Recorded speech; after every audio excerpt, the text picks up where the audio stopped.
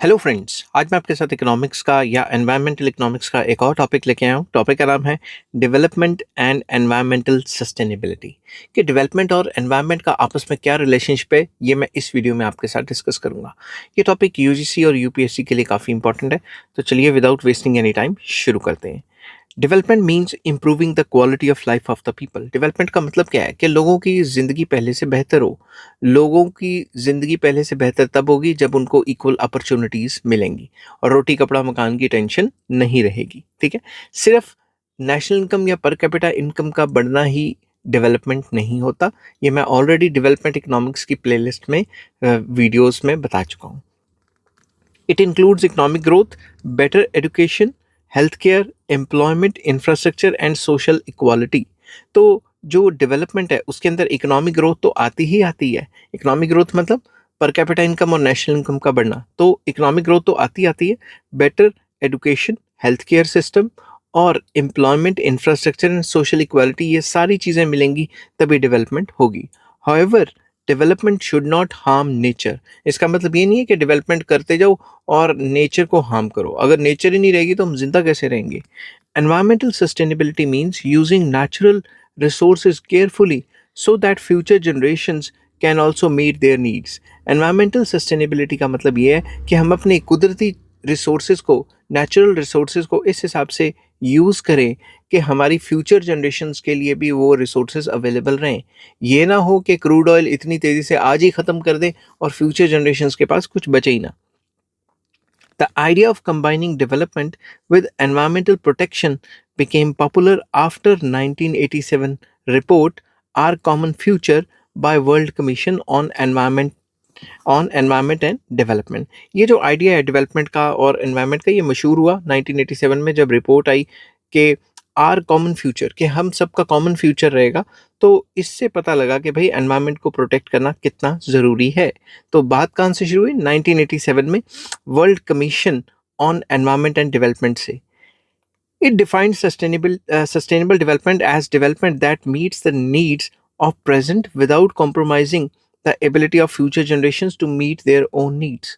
तो यहाँ पे सस्टेनेबल डेवलपमेंट को डिफाइन किया गया कि सस्टेनेबल डेवलपमेंट एक ऐसी डेवलपमेंट है जिसमें हम प्रेजेंट लोगों की, जो प्रेजेंट जनरेशन है, उनकी नीड्स को पूरा करते हैं, रिसोर्सेज को इस तरीके से फुली यूटिलाइज करते हैं ताकि फ्यूचर जनरेशन्स की नीड भी पूरी हो सकें।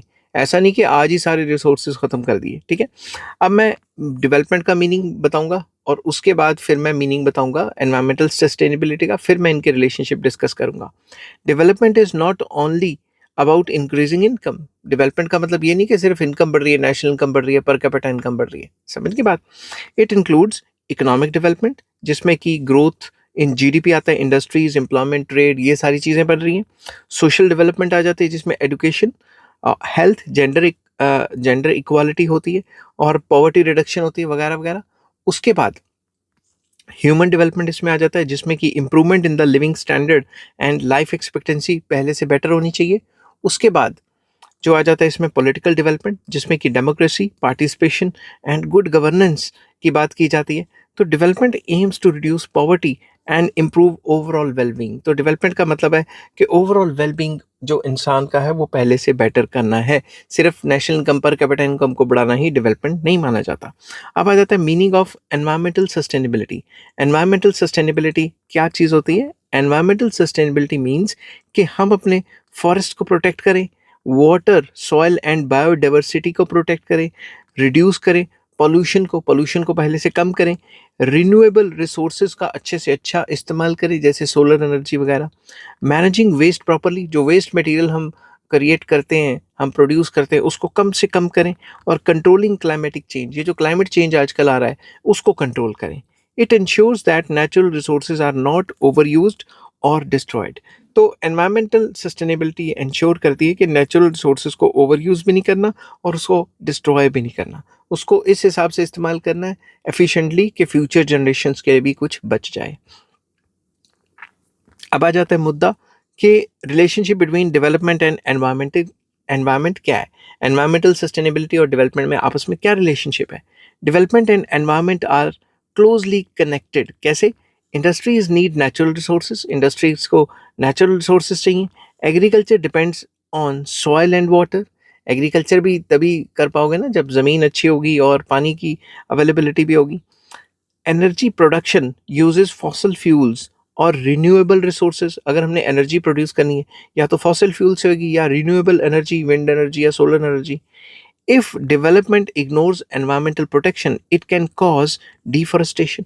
इससे डिफॉरेस्टेशन हो सकता है, जंगल के जंगल खत्म हो सकते हैं, एयर एंड वाटर पोल्यूशन हो सकता है, ग्लोबल वार्मिंग हो सकती है, पूरे वर्ल्ड का टेम्परेचर बढ़ सकता है, जिसकी वजह से जो आइस है वो पिघल जाएगी, जो ग्लेशियर्स हैं वो पिघल जाएंगे तो फिर जो है पानी खत्म होने का चांस हो जाता है।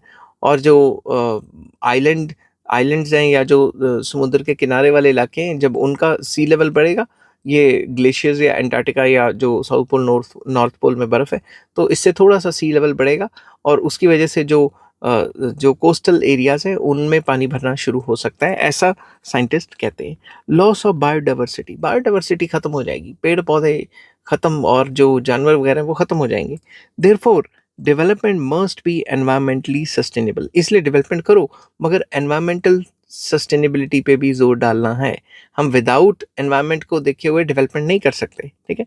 अब जैसे कि मैंने लेटेस्ट बात एक देखी थी कहीं पे कि वो कह रहे हैं कि भाई एथेनॉल यूज़ करो, उससे जो गाड़ियाँ सही हो जाएंगी, फलाना ढिमकाना। मगर एथेनॉल अगर हम गाड़ी में डाल रहे हैं तो एथेनॉल को प्रोड्यूस करने के लिए कितना पोल्यूशन हो रहा है इसकी स्टडी ना ही आई है, ना ही कोई कर रहा है। एक आधा जना कोई कर रहा है, उसको भी काफ़ी ज़्यादा जो सरकार है वो दबा रही है। तो अब आ जाता है problems caused by an unsustainable development.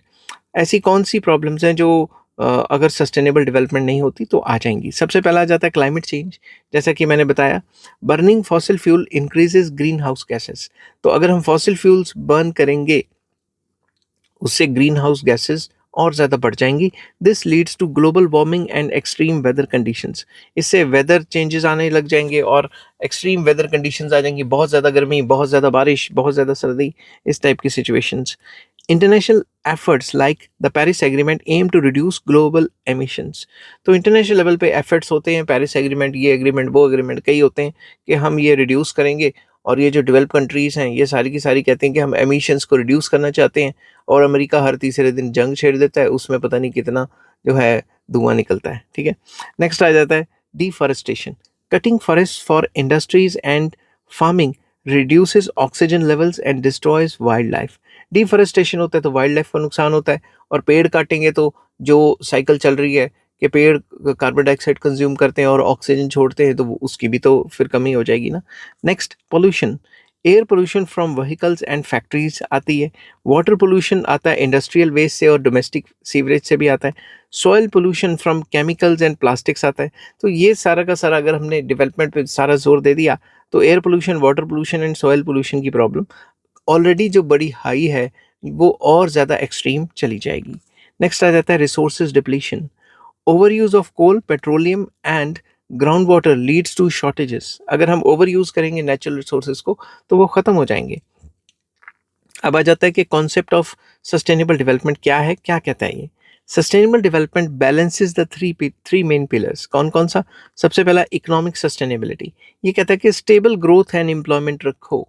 Stable growth and employment रखो, ये ना हो कि ग्रोथ रेट अनस्टेबल हो और एम्प्लॉयमेंट गिर जाए, ठीक है, मतलब अनएम्प्लॉयमेंट फैल जाए। ये सोशल सस्टेनेबिलिटी की बात करता है, मतलब equality, justice and improved quality of life होनी चाहिए। फिर ये एनवायरमेंटल सस्टेनेबिलिटी की बात करते हैं, जिसमें कहते हैं कि प्रोटेक्शन करो, प्रोटेक्शन ऑफ नेचर, नेचर को प्रोटेक्ट करो। All three pillars must work together. तीनों की तीनों चीज़ें साइमल्टेनियसली चलनी चाहिए, क्योंकि अगर सोशल इक्वालिटी या इकोनॉमिक सस्टेनेबिलिटी नहीं है, लोगों को जॉब्स ही नहीं होंगी, तो लोग फिर पेड़ काट काट के अपना चूल्हा जलाएंगे, जिसकी वजह से पोल्यूशन भी होगा और डिफॉरेस्टेशन भी होगी। सस्टेनेबल डेवलपमेंट गोल्स, SDGs, ये क्या होते हैं? In 2015 the United Nations adopted 15 sustainable development goals. Some important goals related to environment include, कौन कौन से गोल्स आ जाते हैं तकरीबन? क्लीन वाटर एंड सैनिटेशन, पानी साफ मिले और साफ सफाई हो। अफोर्डेबल एंड क्लीन एनर्जी होनी चाहिए। क्लाइमेट एक्शन होना चाहिए, लाइफ बिलो वाटर, पानी के नीचे की जो जिंदगी है, एक्वेटिक प्लांट्स की या एक्वेटिक एनिमल्स की, उनको भी सेव करना है, लाइफ ऑन लैंड भी जो है उसे अच्छी बनानी है। These goals aim to achieve sustainable development by 2030। इन्होंने कहा था कि हम ये 2030 को अचीव कर लेंगे, मगर दिमाग से सोचो कि यूनाइटेड नेशन जहाँ पे सबसे ज़्यादा वेस्टर्न कंट्रीज़ की फंडिंग है और सबसे ज़्यादा जो वेस्टर्न कंट्रीज़ का दबदबा है, वो जो चाहते हैं वही होता है। वो हर तीसरे दिन किसी ना किसी कंट्री पे हमला कर देते हैं और एनवायरनमेंट की बैंड बजा देते हैं। तो मतलब करनी और कथनी में कितना फ़र्क है, ठीक है? नेक्स्ट आ जाता है topic, strategies for achieving environmental sustainability. ऐसी कौन सी स्ट्रेटजीज हैं जिससे एनवायरनमेंट की जो सस्टेनेबिलिटी है उसको मेंटेन किया जा सकता है, उसको बढ़ाया जा सकता है। सबसे पहला, यूज़ ऑफ रिन्यूएबल एनर्जी, जैसे कि solar energy, wind energy, hydro, biomass energy, इनको यूज़ करना चाहिए। क्यों? They reduce dependence on fossil fuels. Fossil fuels पे डिपेंडेंस कम होगी, उससे फिर पोल्यूशन भी कम होगा। नेक्स्ट, ग्रीन टेक्नोलॉजी लेके आओ, जिसमें कि इको फ्रेंडली प्रोडक्शन मेथड्स लाओ which reduce pollution and saves energy. तो इको फ्रेंडली तरीके निकालो काम करने के, इतनी टेक्नोलॉजी डेवलप हो गई है तो और ऐसी टेक्नोलॉजी डेवलप करो जिससे पोल्यूशन कम हो। Conservation of resources, rain water harvesting करो, जो बारिश का पानी है उसको बचा के रखो, उसी को इस्तेमाल करो। और रिसाइकलिंग एंड रीयूज़ करो, वेरी इंपॉर्टेंट। और एनर्जी एफिशिएंट अप्लायंसेस यूज़ करो, ऐसी मशीनें यूज़ करो जो एनर्जी एफिशिएंट है, क्योंकि एनर्जी बनाने के लिए भी तो फॉसिल फ्यूल्स को बर्न करना पड़ रहा है। सस्टेनेबल एग्रीकल्चर लेके आओ, ऑर्गेनिक फार्मिंग करो and reduced use of chemicals, chemicals का इस्तेमाल कम से कम करो, जिसकी वजह से सॉइल बचेगा, प्रोटेक्ट होगा और पानी भी बचेगा। गवर्नमेंट पॉलिसीज़ को अच्छा होना पड़ेगा, एनवायरमेंटल लॉज को स्ट्रिक्ट होना पड़ेगा, pollution control boards and carbon taxes help to regulate harmful activities. सरकार को इतना स्ट्रिक्ट रहना पड़ेगा कि कहीं पे भी धुआं आ रहा है, कहीं फैक्ट्री का धुआं है, कहीं कोई आग लगा रहा है ऐसे वैसे, तो उसके जाके चलान करो, पोल्यूशन कंट्रोल बोर्ड अपना रोल प्ले करें। ये ऐसा ना करें कि भाई जहाँ पे ज़्यादा धुआं आ रहा है उस पे फैक्ट्री पे छापा मार दिया और बाद में रिश्वतें खा के बैठ गए, ठीक है? तो अब आ जाता है रोल ऑफ इंडिविजुअल। एक इंसान, एक सिटीजन, एक आम इंसान क्या कर सकता है? Every person can contribute by saving electricity and water. जिस कमरे में आप बैठे हो वहीं के लाइट और फैन जलाओ अगर ज़रूरत है तो, अगर ज़रूरत नहीं है तो पूरे घर की लाइटें मत जलाओ, क्योंकि इलेक्ट्रिसिटी को बनाने में भी काफ़ी ज़्यादा फॉसिल फ्यूल्स का यूज़ होता है। पानी को बचाओ, ऐसा नहीं कि पानी का नलका ऑन करके चले गए और पानी का नलका ऑन करके ब्रश करी जा रहे हो, इतना पानी वेस्ट हो गया। सोचो अरब कंट्रीज़ के बारे में जहाँ पे पानी नहीं है, वो उनको पानी कहाँ से लाना पड़ता है। यूजिंग पब्लिक ट्रांसपोर्ट को ज़्यादा से ज़्यादा यूज़ करने की सोचो, ताकि ताकि आप एक-एक बंदा अपनी गाड़ी लेके ना निकले, क्योंकि एक-एक बंदा गाड़ी लेके निकलेगा तो पोल्यूशन तो वेहिकुलर पोल्यूशन तो ज़्यादा होगा। अब इसमें मैं ये भी कहूँगा कि गवर्नमेंट को पब्लिक ट्रांसपोर्ट को इतना एफिशिएंट, इतना चीप और इतना अच्छा बनाना चाहिए कि लोग पब्लिक ट्रांसपोर्ट को ही यूज़ करें। अवॉइडिंग प्लास्टिक का यूज़ कम से कम करो, कैंसरस भी होता है और प्लास्टिक को रिसाइकिल कई सिचुएशंस में किया जाता है, कई सिचुएशंस में नहीं किया जाता। प्लास्टिक से पोल्यूशन, जो लैंड पोल्यूशन है वो काफ़ी ज़्यादा हो जाता है। प्लांटिंग ट्रीज, ज़्यादा से ज़्यादा पेड़ लगाओ। सपोर्टिंग इको फ्रेंडली प्रोडक्ट्स, जो इको फ्रेंडली प्रोडक्ट्स बनते हैं उनको सपोर्ट करना चाहिए। Small actions make a big difference. एक इंडिविजुअल लेवल पे छोटे छोटे एक्शंस लेंगे तो बहुत चेंज आ जाएगा। अब आ जाता है रोल ऑफ बिजनेस। बिजनेस का क्या रोल है? Companies can adopt corporate social responsibility, कि कंपनियां अपनी रिस्पॉन्सिबिलिटी तो लें कि ये काम है, हम इतना पोल्यूशन कर रहे हैं तो हम सोसाइटी के लिए भी इतना कुछ करेंगे, social responsibility. Sustainable production methods, ऐसे प्रोडक्शन मेथड्स का इस्तेमाल करना चाहिए, ऐसी मशीनें लगाओ जो कम से कम धुआं छोड़े, ठीक है? Waste management system, waste material को कैसे रिसाइकिल करना है, मैनेज करना है, एक ऐसा सिस्टम होना चाहिए। रिन्यूएबल एनर्जी को ज़्यादा से ज़्यादा यूज़ करना चाहिए। तो green businesses gain public trust and long term profit. अगर लोगों को ये बताएंगे वो कि हम इस मेथड से काम कर रहे हैं और हम पोल्यूशन कम से कम कर रहे हैं, तो उनका बिजनेस भी ग्रो होगा और लॉन्ग टर्म में प्रॉफिट्स भी होंगे। इसलिए आजकल हर एक कंपनी कहती है देखो जी हम रिसाइकिल कर रहे हैं, हम ऐसा कर रहे हैं, वैसा कर रहे हैं, एनवायरमेंटल फ्रेंडली। ऐसा कहते कहते चार्जर देने भी कम कर दिए फ़ोन के डब्बे के अंदर। पहले फ़ोन का डब्बा खरीदो, कम से कम चार्जर तो मिल जाता था, मगर अब बड़ी-बड़ी कंपनियाँ क्या करती हैं, चार्जर तक नहीं देती, अपनी कॉस्ट कटिंग कर देती हैं और लोगों को दिखाती हैं, देखो जी चार्जर तो तुम पुराना यूज़ कर दोगे, मगर हम एनवायरनमेंट की कितनी मदद कर रहे हैं। Next, development and sustainability in India, very important. ये सारा टॉपिक अब विद रिस्पेक्ट टू इंडिया होने वाला है। India faces challenges like population काफ़ी ज़्यादा है, पोल्यूशन एंड रिसोर्सेज का प्रेशर काफ़ी ज़्यादा है इनके ऊपर। अब however it is promoting solar energy project, solar energy को काफ़ी ज़्यादा प्रमोट किया जा रहा है, वेरी इंपॉर्टेंट। स्वच्छ भारत मिशन चला जिसमें सफाई काफ़ी रखने की फोकस किया गया। एफॉरेस्टेशन प्रोग्राम्स और कैंपेन्स चले ज़्यादा से ज़्यादा पेड़ लगाने के, और इलेक्ट्रिक व्हीकल्स को काफ़ी ज़्यादा बढ़ावा दिया गया है। Balancing growth with environmental protection is essential for India's future. अगर इंडिया का फ्यूचर अच्छा बनाना है तो हमें बैलेंस बनाना पड़ेगा, एनवायरमेंट को भी प्रोटेक्ट करना पड़ेगा और ग्रोथ को भी बढ़ाना पड़ेगा। अब इस टॉपिक को कंक्लूड करते हैं। Development is necessary for improving living standards but it should not destroy the environment. Development काफ़ी इंपॉर्टेंट है लिविंग स्टैंडर्ड को बढ़ाने के लिए, मगर इसका मतलब ये नहीं कि हम एनवायरमेंट को ही ख़राब कर दें, एनवायरमेंट को डिस्ट्रॉय कर दें। Sustainable development ensures economic progress, social welfare and environmental protection together.